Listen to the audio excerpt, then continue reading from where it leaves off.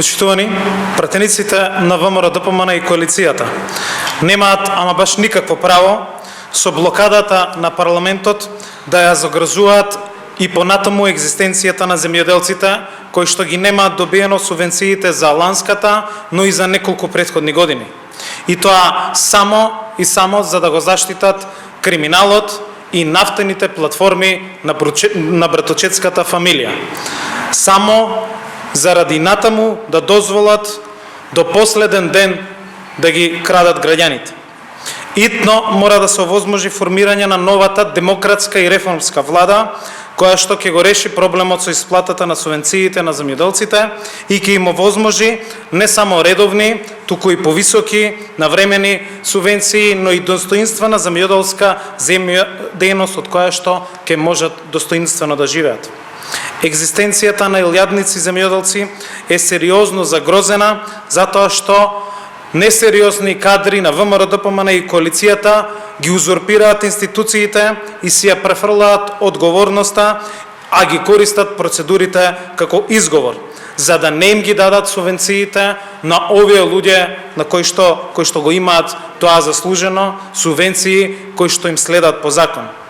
До сега се сменија тројца директори на платежната агенција, а исплатата на субвенциите никако да почне.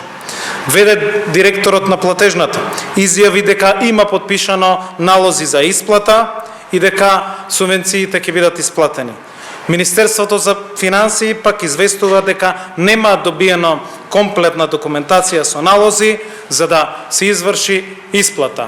Исплата која што ќе зависела од состојбата на трезорот и од тоа дали и има или нема пари во буџетот.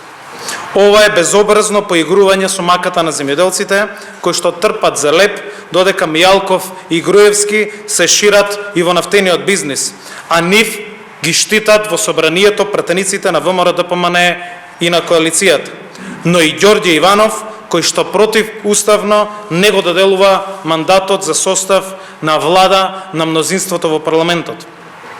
Да имаше нова влада во овие 110 дена, земјоделците веќе ќе почнеат да добиваат изголемени субвенции. Ќе земаат 30% повеќе за секој ново грло и 20% повеќе за секој нов хектар. Ќе има зголемени субвенции и за нафта, односно веќе ќе беше воведена и поевтината земјоделска или зелена нафта. Земјоделците кои што ги исполнуваат условите за паушално одоначување ќе беа ослободени од плаќање на данокот.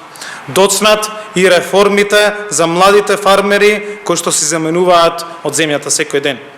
Тие ќе добиваат државна поддршка при купување на првото стадо, ќе имаат зголемени субвенции и ќе беа ослободени од закуп за земјоделско земјиште.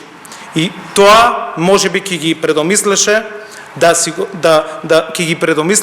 да не го напуштат семејството и да не го бараат излезот надвор од Македонија. Ова се само дел од мерките со кои што новата реформска влада веќе можеше да им помогне на земјоделците. Затоа укажуваме уште еднаш дека мора итно да проработи здравиот разум, да се остават на страна личните интереси на сметка на интересите на граѓаните и на целата држава. Да се деблокира работата на собранието веднаш, да се избере председател на парламентот уште денес и да почне со работа новата демократска и реформска влада која што ќе работи единствено во интерес на сите граѓани на државата.